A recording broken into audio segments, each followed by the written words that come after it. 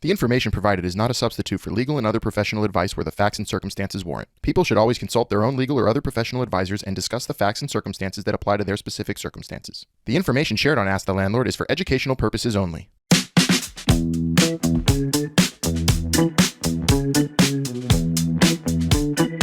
Hello, everyone. Welcome back to Ask the Landlord with your favorite landlord, Albert Dweck. I'm Melissa, one of Albert's producers and a former New York City renter. And together, we're going to be asking this landlord some questions. How's it going, Albert? It's going good, Melissa. What questions do you have for me today? Awesome. Today's question is, the rental market in New York City is so competitive. How do I stand out and make an offer they can't refuse? That's a great question. And, I think it's about packaging and understanding what the landlord's looking for and understanding the requirements, and then presenting yourself in a certain way, right? So let's break that down. All right. So first, when you're looking at an apartment, if you really want it, this is the kind of thing you'd be prepared. You'd know sort of what the landlord's looking for, right? So if you haven't rented an apartment before, the typical requirements that we have or that landlords have in New York are that your gross income needs to be 40 times the monthly rent, right? Or your total income, right? Your housing payments should be less than 30% of your annual income in total. That's the same number said two different ways. Does that make sense? It does. Does that include two roommates or just one person? That's for the whole apartment, right? So let's say the whole apartment is $3,000 and you have three roommates living together, each one paying $1,000. That's fine, but $3,000 is the total. Then the total income that you have to show for the apartment is $120,000 combined, right? Perfect. Right. Now, what you need to do then is prove that to the landlord. You do that with, W-2s, bank statements, so that. Now, the other thing the landlord is looking for is acceptable credit, usually above 680, something like that, 700, right? Does that make sense? Okay. It does. That's for all the renters also. Okay. And then the landlord wants to know who's going to be living there, right? And how you're going to treat the place, or like that.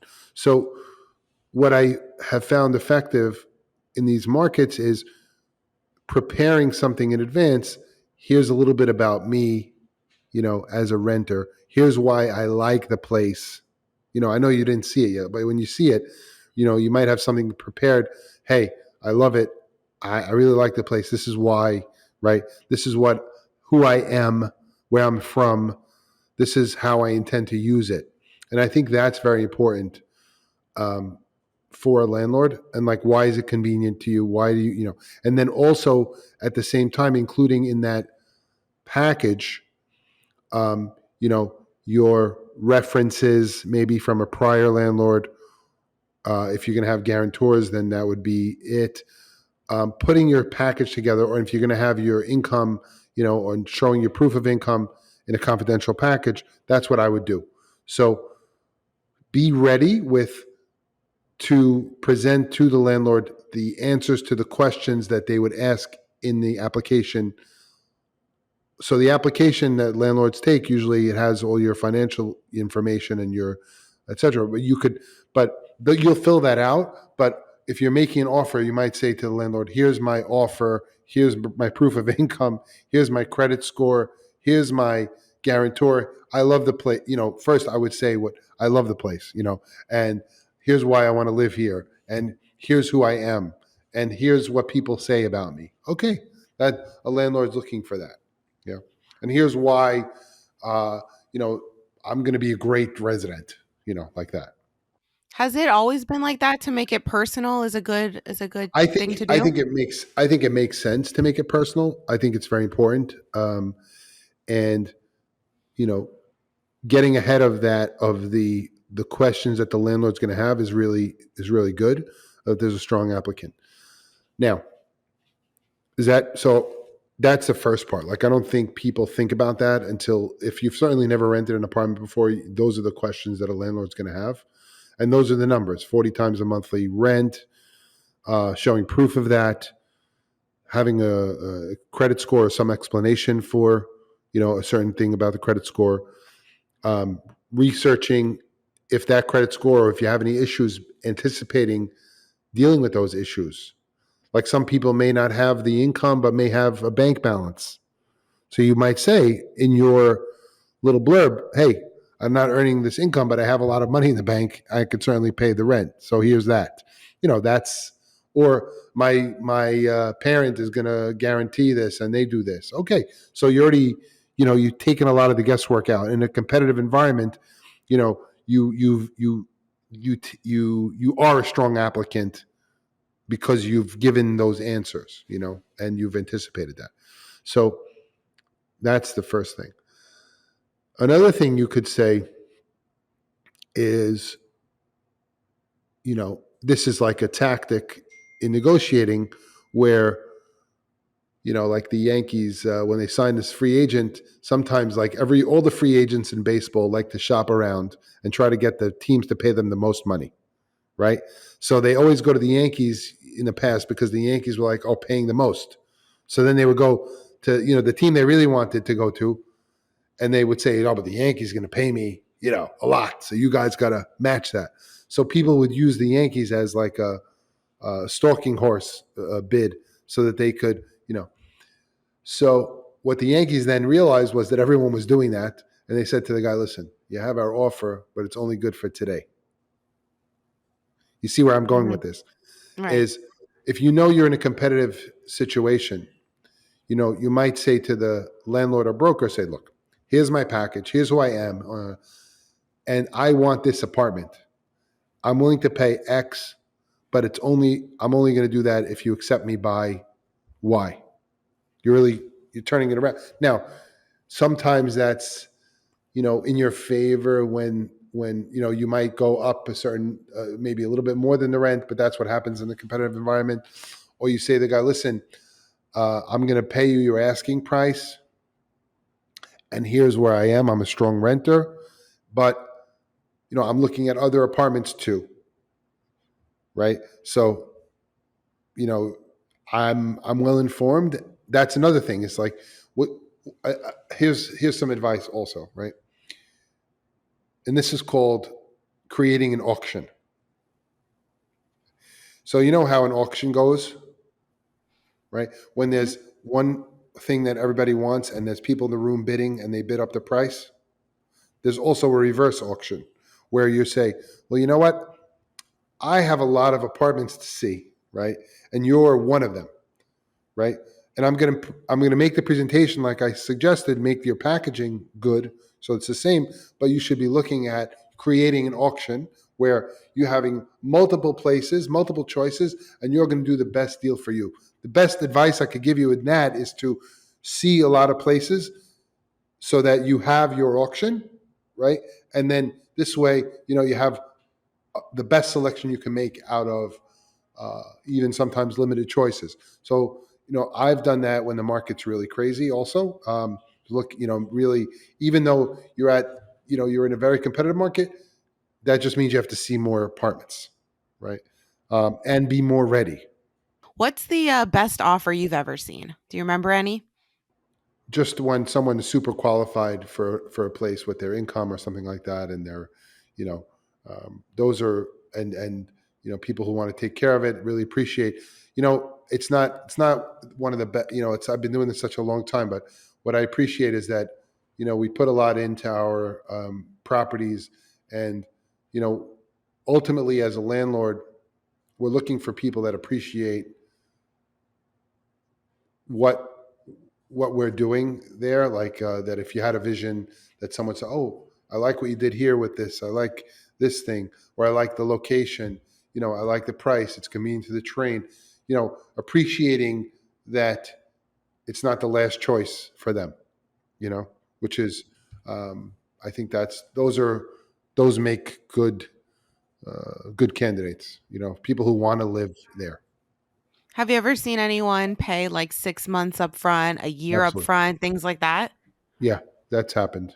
That's happened. Wow. There's a limit now to the laws changed in New York. I think there's a limit to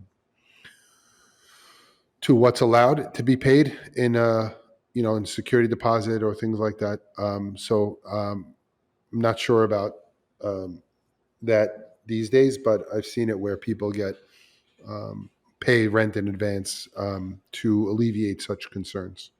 So Well, you have to check out. what about what about signing like a 2-year lease or a longer term lease? Is that an Yeah, advantage? yeah, yeah. Very often it is. You're If you like the place and you think you got a good deal, you should definitely sign a lease like that. It could be advantageous. What's going to happen in a year? It's an unknown. You don't know. So the question is, if you're happy with uh, making a 2-year lease now and dealing and getting rid of the unknowns at a certain level that's comfortable for you, be it a certain increase or the same rent or whatever it is, that might make sense for you. So um, it depends on how whatever your situation is. If you're a long-term person, or you're going to be in this area for a while, or you really like the place for whatever reason, then you're looking for a long-term thing, and that's something you would negotiate. You can negotiate. So for that personal anecdote, do you think a handwritten letter, a little YouTube video, what do you think? What's good to throw out there? What, you don't want to go over the top. I think handwritten letters are nice, but with something you type up with a little email with a bio, a little bit of here's who I am, here's what I do. If you have a pet, you want to say that, like, how long have you had your pet? If you have kids, you know, yeah, how old they are, what their interests are, what are you interested in doing, what do you do, things like that. Those are You could write that up in an email, I think, and have it. And then, honestly, if you're going to be competing for apartments, it's something you should create and cut and paste, and improve each time, and write some personal thing with it. But I think the video, is not something I've seen before. A handwritten note either, but I could say, you know, the doing an email like that, and then, I think having some references also that you could offer would be a great thing. Who would be some good references? I've lived. You could say, here's where I lived before, and you speak to your landlord from where you lived before, or and say, listen, uh, you could tell your landlord from your prior landlord, hey, here's where I've lived before, and I've never had any issues, or some references maybe from work or something like that. If you don't have a landlord reference, right? Because maybe it's your first time moving out, to a place, then you would say, you could have a reference from work, or anyone that knows you, and can speak to your, what kind of resident you're going to be. That would be a good thing. Would you appreciate a reference from parents for a first time renter, or that's a little bit nuts? It's nice to have, but in that the parents are involved in that. But it's obviously we discount that because parents are parents. They love their Of course. kids. What are you going to do? Of course. And one last question. Let's just explain a term. What does guarantor mean? You mentioned that before. Yeah. So going back to the qualifications for um, a renter, or being a renter, you have to have, let's say, 40 times the monthly rent in gross annual income, and you have to have good credit. And people have problems sometimes, or people are building their careers, and they're not in a place where they can afford the rent on their own for whatever reason. And that's totally fine. Or maybe someone's from overseas and they don't have a job yet, or they just got a job, so they're not earning the money yet, but they're gonna earn the money, and they're just starting, and they can't. Okay, there's like stories for everything, right? So you could say that. Let's say you have an exchange student that's moving to, the States for a year going to school, right? And they want to live off campus and they have an apartment. Okay. So the person has really no credit because they're not in the United States usually, right? And, how do you, as a landlord, how do you see how you'll get paid is a question. So you're looking for additional security in the way of someone else who will sign on to that lease as a saying, listen, this person is not earning enough money, or this person doesn't have a credit score that you require. However, I will, even though I'm not living there, I'll guarantee or co-sign this lease so that this person can live there. So what that person is doing is taking on joint responsibility for, and maybe giving the landlord an additional person or the income or credit levels that they need to have comfort that the resident will pay. Yeah, absolutely. And every landlord has a different approach to this, right? Like some landlords, like let's say you have assets, as you mentioned before.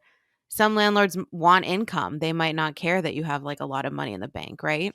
Well, yeah. So then, Yeah. it's a case by case situation. There are certain people that, can demonstrate that they could pay. They're getting money, maybe someone won the lottery and they don't work and that's what they do, or they retired. What if someone's Right. retired and they just have money in the bank, and that's not someone who's earning a regular paycheck, right? So the landlord has to look and get comfortable with that. That's where credit score comes in. That's where references come in. That's where the bio that we discussed comes into play. So, and that's why considering trying to understand and now hopefully know what the landlord's looking for when they're looking for an applicant. And most landlords look for the things that I just said: proof of income, proof of being able to pay the rent, good credit history, and who am I renting to, and how they're going to use the apartment. Those are the questions. All right, great. I think a good takeaway, everything you just summarized, but also just make it personal. I think the bio is a really good piece of advice for everyone because it's something you wouldn't think of. You can do it with a job, you can do it now with an apartment, and it just makes you stand out from the rest. So, thank you. Absolutely. I think that was a really, really good answer. Thank you. For more episodes, please subscribe to Ask the Landlord on your favorite podcast platform. We'd appreciate it if you left a review on Apple Podcasts. If you'd like to watch the show, check out our Ask the Landlord YouTube channel. If you have a question for Albert, feel free to contact him on Instagram at Ask the Landlord and check out his TikTok at Ask the Landlord. Bridging the gap between landlords and tenants, this has been Ask the Landlord. Thanks for listening.